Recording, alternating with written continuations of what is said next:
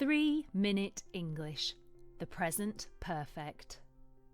The present perfect tense can be used to talk about events that happened in the past and continue or are important in the present.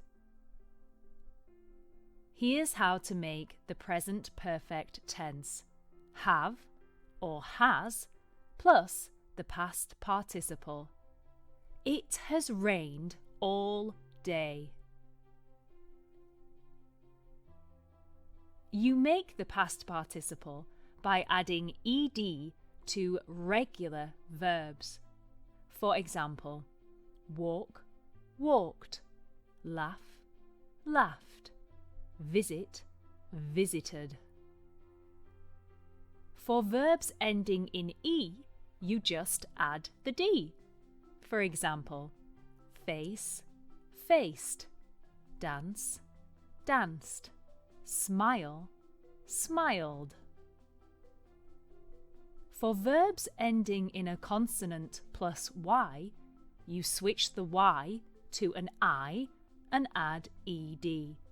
For example, worry, worried, cry, cried, study, studied. When a verb ends with a consonant, vowel, consonant spelling, then we have to double the last consonant and add ed. For example, stop, stopped, travel, travelled.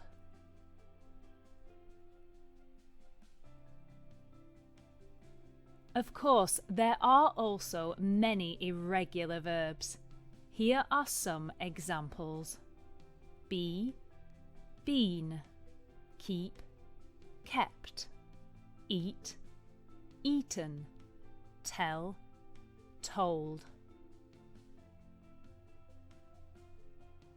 Let's look at some examples of the present perfect tense. I have been to London.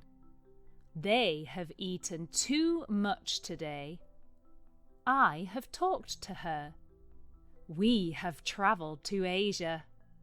She has studied all weekend.